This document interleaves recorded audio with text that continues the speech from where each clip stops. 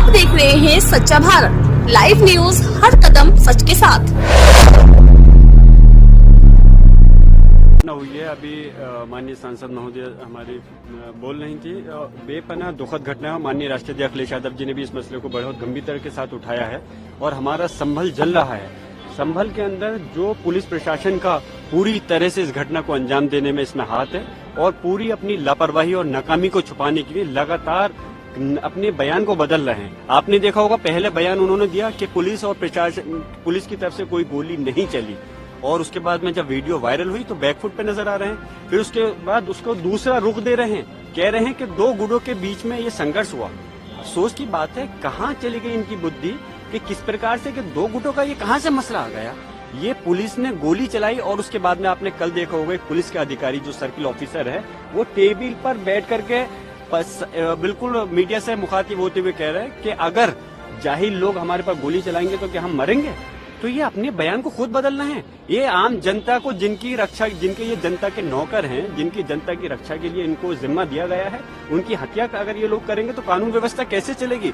इस प्रदेश और देश के अंदर कानून व्यवस्था का बुरा हाल है, संविधान की धज्जियां उड़ाई जा रही है। और हमने आज भी सदन के अंदर हमारे नेता, हमारे माननीय डिम्पल यादव जी, माननीय धर्मेंद्र यादव जी और सारे सांसदों ने इस चीज को मुद्दे को उठाया कि इस पर चर्चा कराइए, और चर्चा नहीं होगी तो कैसे उन लोगों को सजा मिलेगी जो आज कातिल हैं। आप ताज्जुब की बात है, आप बात पे हैरान रहेंगे।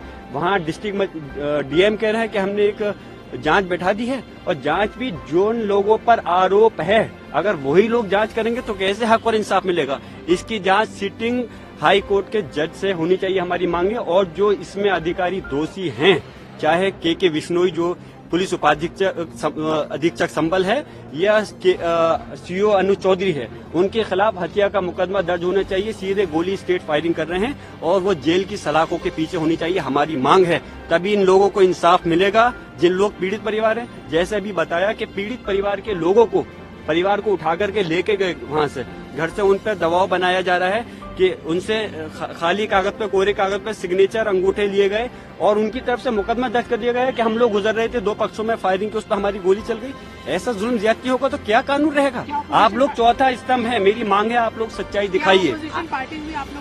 बिल्कुल पूरी हमारी सपा के साथ में, समाजवादी पार्टी के साथ इस संभल की घटना पर पूरे इंडिया गठबंधन साथ है और सब चाहते हैं इस पर चर्चा होनी चाहिए और उन दोषी अधिकारियों के खिलाफ सख्त एक्शन होते हुए कार्रवाई होनी चाहिए। आपके फुटेज में दिखाया है जिसमें ये दिखाया जा रहा है कि कैसे दो गुटों के, एक गुट के लोग हैं जिन्होंने मुंह पे कपड़ा बांधा हुआ है, देसी पिस्टल में लिए और कैसे वो इंसाइट कर रहे हैं क्राउड को। आपको इस सीसीटीवी फुटेज मैं एक बात कहना चाहूंगा, इस प्रश्न के लिए आप ही लोग मुझसे अच्छा जवाब देते तो चौथा स्तंभ होने के नाते मुझे और खुशी होती।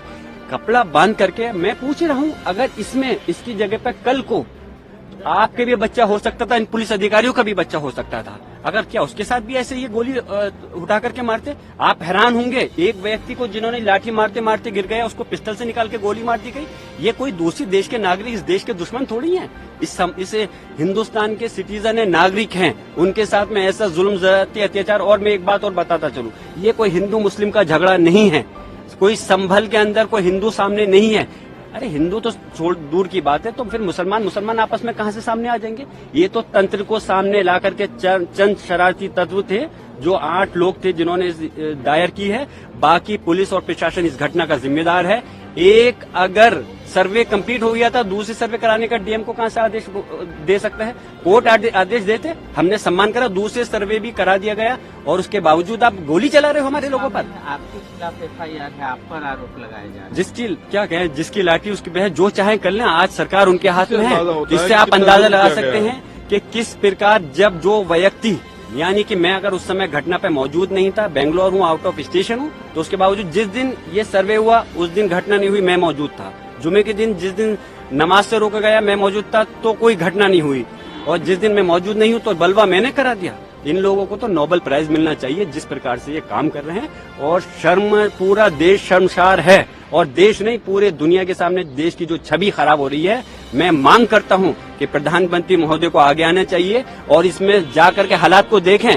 मणिपुर नहीं बनाए संभल को, मणिपुर के अंदर तो उन्होंने जाने की जहमत नहीं करी, लेकिन संभल का जो सूरत हाल हो रही है, बहुत अफसोस की बात है। जो हठ धर्मी तानाशाही चल रही है, इस पे लगाम लगनी चाहिए। जो अननेम्ड FIR हुई है उनकी आड़ में लोगों को परेशान किया जा रहा है, टॉर्चर किया जा रहा है, उसको तुरंत रुकना चाहिए। ऐसी हमारी सारी माननीय सांसदों की मांग है। समाजवादी पार्टी के इंडिया गठबंधन की चाहते हैं कि संभल में जो घटना घटी है इस पे चर्चा हो, और हमने स्पीकर साहब को भी लिख के दिया है और कई हमारे सांसदों ने नोटिस भी डाले हैं, क्योंकि वो चाहते हैं जो भी उत्तर प्रदेश के संभल जिले में हुआ है उस पर चर्चा हो, और जिस तरह की अमानवता का व्यवहार जो सरकार और प्रशासन द्वारा दिखाया जा रहा है लोगों के लिए, उस पर हम बोलना चाहते हैं और हम अपनी बात रखना चाहते हैं सदन के पट। क्या मांग कर रहे थे कि बहुत हल्ला हो रहा था कि फांसी दो या ऐसा कुछ नारा आ रहा था? मैं नहीं समझती इस तरह का कुछ बोला गया, लेकिन हाँ हम चाहते हैं चर्चा और जो दोषी है उस पर सख्त से सख्त कार्रवाई हो। सरकार समाजवादी पार्टी डिम्पल जी क्या कहना चाहेंगे, क्योंकि अब तक कोई बहुत बड़ा एक्शन नहीं हुआ है?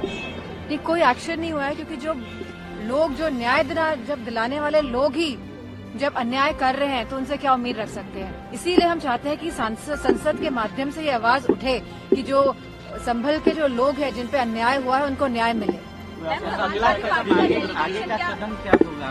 हमारी यही लगातार डिमांड रहेगी स्पीकर साहब से कि हमको बोलने का मौका दिया जाए संसद में। जिस तरह से लोकतंत्र की हत्या हुई है संभल में, और जिस तरह से लोगों को प्रताड़ित किया जा रहा है, और जिस तरह से गलत FIR लिखवाई जा रही है लोगों पे अभी भी, और जिस तरह से जो लोग जिनकी हत्या कर दी गई है पुलिस और प्रशासन द्वारा, उनके परिवार वालों को सताया जा रहा है और एक तरह का दबाव बनाया जा रहा है कि वो कहें कि दो गुटों में आपसी मतभेद के कारण ही फायरिंग हुई है, जहां पुलिस प्रशासन की वीडियोग्राफीज हैं कि जिस तरह लोगों को गोलियां चलाई जा रही है। तो हम चाहते हैं जिन शासन और प्रशासन वालों की इसमें जो वीडियोग्राफी में जो फोटोग्राफ्स है उन पे एकदम एक्सट्रीम हम चाहते हैं कि एकदम एक्सट्रीम इसमें सरकार फैसला ले, उनको टर्म। इतना बड़ा दंगा हो गया, अब तक कितने लोग सस्पेंड हुए, कितने लोगों को 5 लोगों की मौत हो गई, जिम्मेदार कौन है?